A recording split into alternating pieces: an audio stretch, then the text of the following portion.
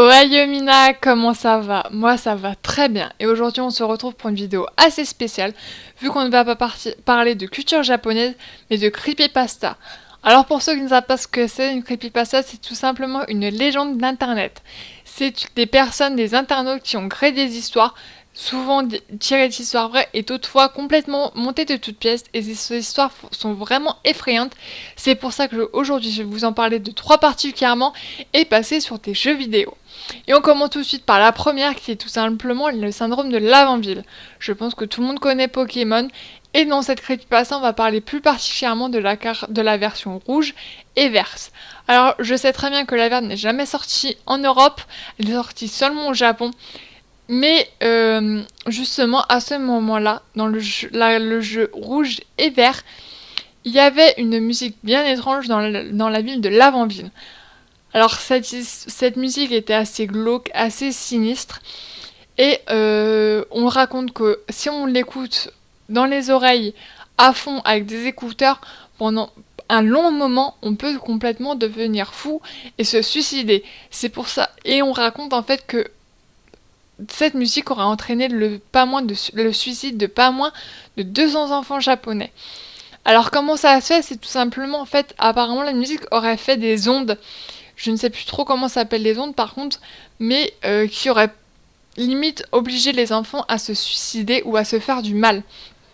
Alors, à ce que j'ai lu, cette histoire est réelle, ça s'est vraiment passé. C'est pour ça que quand la version rouge et bleue est sortie en France, la musique de Laventille a été changée pour ne pas causer d'autres suicides à cause de cette musique.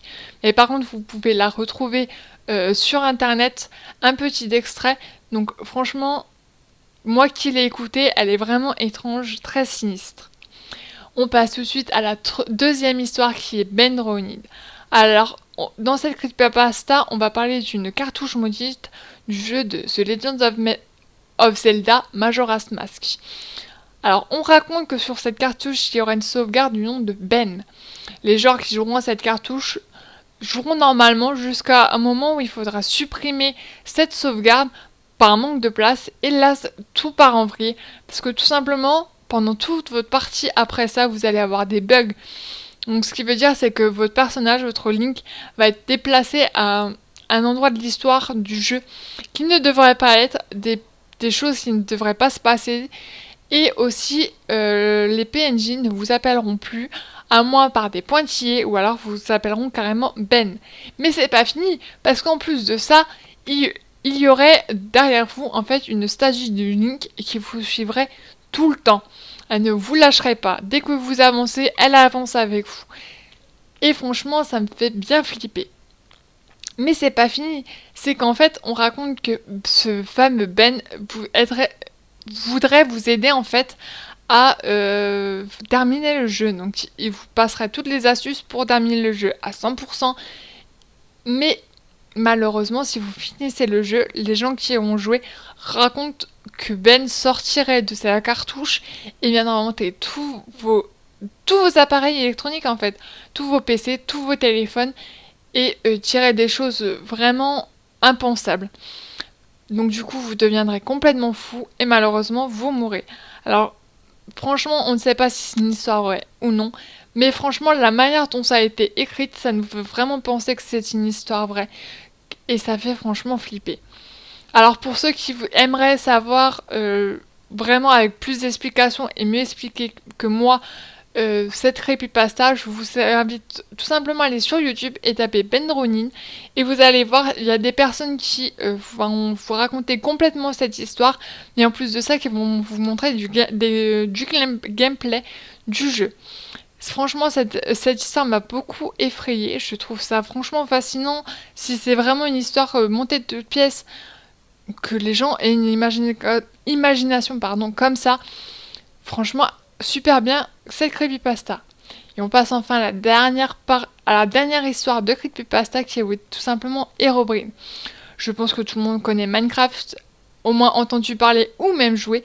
Et en fait, sur ce jeu, on raconterait qu'il y a une entité nommée Herobrine, qui n'est d'autre que le frère décédé de Notch, le créateur du jeu. Alors, Herobrine, qu'est-ce qu'il fait en fait? Il apparaît de temps à autre dans votre partie je ne sais plus si c'est en solo ou en multi, je ne sais plus trop. Et il viendrait vous tourmenter. Ce qui veut dire, c'est qu'il viendrait de loin. Vous verrez de loin juste ce personnage. Ne vous inquiétez pas, de toute façon, je vais vous mettre une photo pour que vous sachiez à quoi il ressemble. Mais franchement, cette histoire, au début, c'était vraiment une histoire infondée. C'était juste une légende comme ça que des personnes ont écrit. Et Notch, donc du coup le créateur de Minecraft, a lu cette histoire et a trouvé ça passionnant. Et du coup, il a vraiment créé ce personnage dans le jeu. Et ça, c'est ça que je trouve fascinant, c'est que se dire qu'une histoire tout bonnement écrite sur Internet peut se di- peut être vraiment créée quand le créateur a lu cette histoire, s'est dit bah pourquoi pas, et il l'a vraiment implantée dans le jeu. Alors cette histoire, franchement, j'aime bien. C'est pas une histoire très effrayante, très flippante non plus, mais c'est une bonne creepypasta. En tout cas, si ces histoires vous ont plu, n'hésitez pas à me le dire en commentaire.